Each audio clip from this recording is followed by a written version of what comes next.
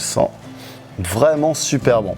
Salut les amis, bienvenue dans cette nouvelle vidéo. Aujourd'hui, on s'intéresse à cette plante-là qui fait des superbes fleurs, qui sont super bons. Vous le connaissez tous, on en mange. Généralement, quand on le mange, on fait une petite tête un peu bizarre parce que c'est très acide. Je vais vous parler du semis, de la culture, du citronnier. Vous allez voir, c'est assez simple. Au final, pour avoir un pied comme ça, il y a quelques techniques à savoir, mais je vous explique tout dans ma vidéo. N'hésitez pas à me découvrir sur tous les réseaux sociaux, Facebook, Instagram et TikTok. Donc vous tapez The Prof d'Ortie.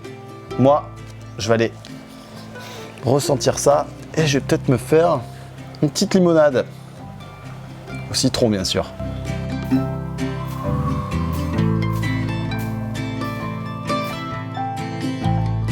Salut les amis, bienvenue dans cette nouvelle vidéo. Alors aujourd'hui, on va s'intéresser au citronnier.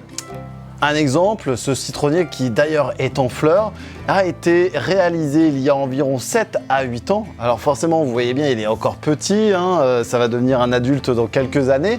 Mais ça permet d'avoir voilà, une belle fleur odorante, d'avoir des petits citrons à la maison qui arrivent à terme plus ou moins. Alors c'est plutôt moins que plus, mais voilà, on a quand même un petit agrume à la maison. Pour cela, on va s'intéresser donc à la récupération des graines. Donc je récupère des semences issues des fruits, donc les citrons qu'on peut acheter dans le commerce. Je les garde et je les fais sécher environ une petite semaine à 15 jours. Je les passe ensuite au frigo. Cette opération s'appelle la vernalisation. Et enfin, on va pouvoir les ressortir pour les mettre dans du terreau. Ça, je vais vous expliquer ça après.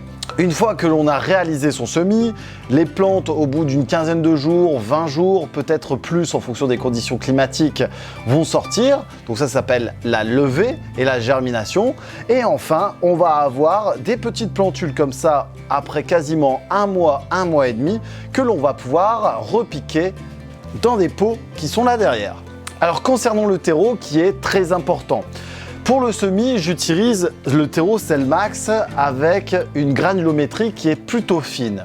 Ensuite, pour le repiquage, ce qui va être l'opération après, on va prendre toujours du terreau Selmax, mais avec une granulométrie un peu plus élevée et avec de la vermiculite ou alors de la perlite à l'intérieur pour avoir un drainage suffisant parce que le citronnier est une plante qui aime bien l'eau, mais qui n'aime pas avoir de l'eau en excès dans et au niveau de ses racines. Donc on va devoir avoir des gros trous d'air dans le terreau, ce que la perlite procure pour pouvoir avoir des beaux citronniers comme ça. Concernant son nom latin, le citronnier c'est un Citrus limone, d'ailleurs limone qui revient en anglais qui est assez similaire à la base latinique. Et en fait, on va avoir tout un tas de déclinaisons avec l'oranger, avec le pamplemousse et tout un tas d'autres qu'on découvrira sur d'autres vidéos. Alors c'est parti, on va commencer par le semis du citrus.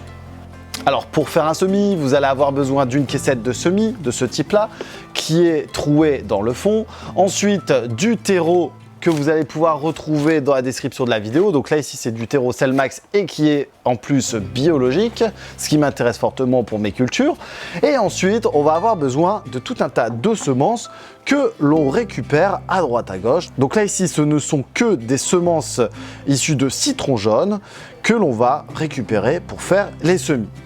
Concernant la profondeur du semis, la graine va être enterrée à environ 1 cm de profondeur dans le terreau. Ensuite, on va arroser copieusement et on va placer sous cloche dans la serre avec des températures qui risquent d'être assez fortes pour nos semis, mais le citronnier aime bien. Et si vous voulez avoir beaucoup de chances de réussite, un taux de réussite très élevé, vous allez devoir utiliser et faire cette méthode-là. Voilà, une fois que le semis est réalisé, ça va faire un truc comme ça.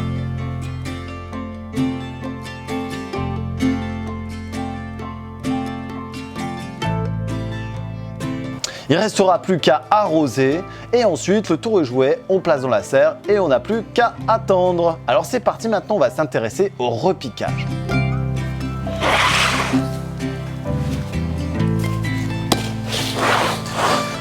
Concernant le repiquage, vous allez voir, l'opération est assez simple. Donc nos plantules sont ici, on va devoir les individualiser. Pourquoi les individualiser? Premièrement, pour avoir un système racinaire unique à chaque pied, comme ici, et aussi pour les faire se développer. Ça, c'est l'opération la plus ultime.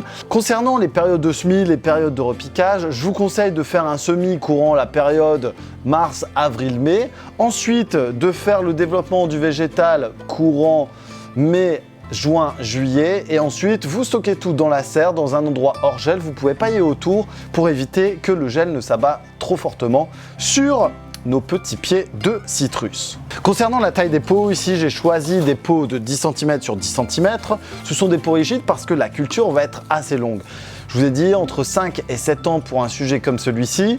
Donc vous imaginez bien qu'il va passer un certain nombre de moments dans ce petit contenant.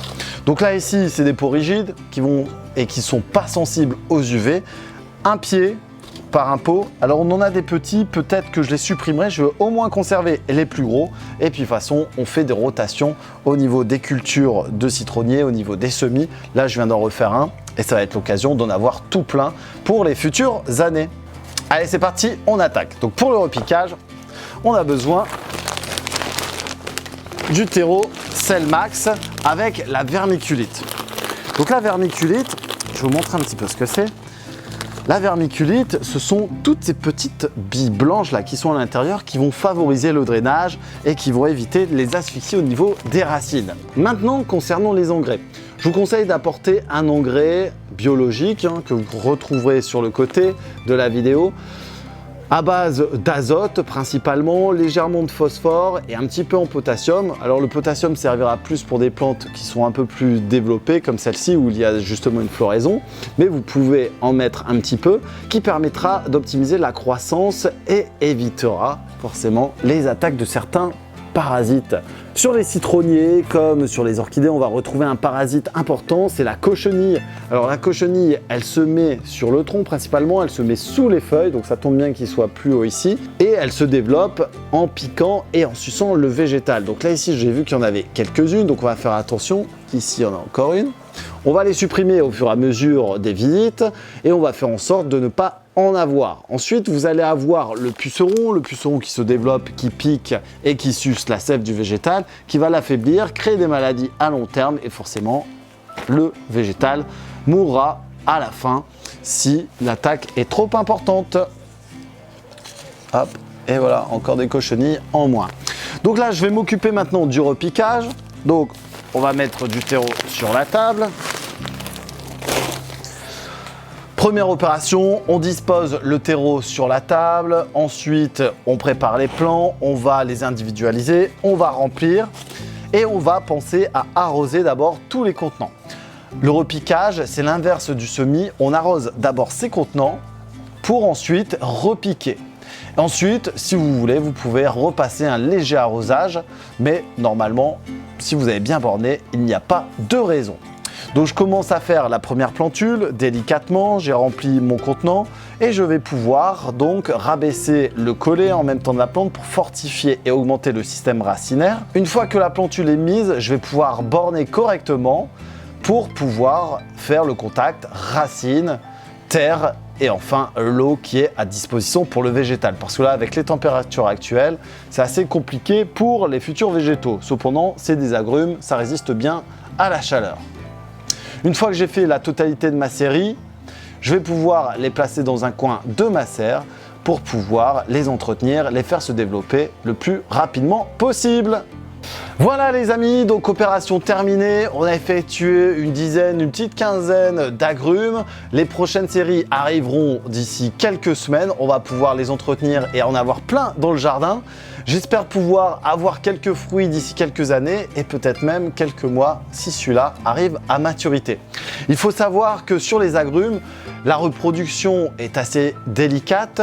C'est la plus facile ici au niveau du semis. Cependant, vous pouvez faire du bouturage avec du greffage sur du Poncirus par exemple, ou alors les acheter tout fait, hein, mais bon, il n'y a plus de secret du coup. Là maintenant, vous pouvez réaliser tous les agrumes possibles. Faites attention quand même toutefois aux parasites qui s'installent très vite, donc surveillez-les bien et je vous dis à très bientôt pour d'autres vidéos. N'hésitez pas également à me retrouver sur tous les réseaux sociaux. Il y a Facebook, donc en tapant The Prof d'Ortie, Instagram, en tapant également The Prof d'Ortie, TikTok en tapant The Prof d'Ortie. Et enfin, il n'y en a plus d'autres, c'est déjà pas mal.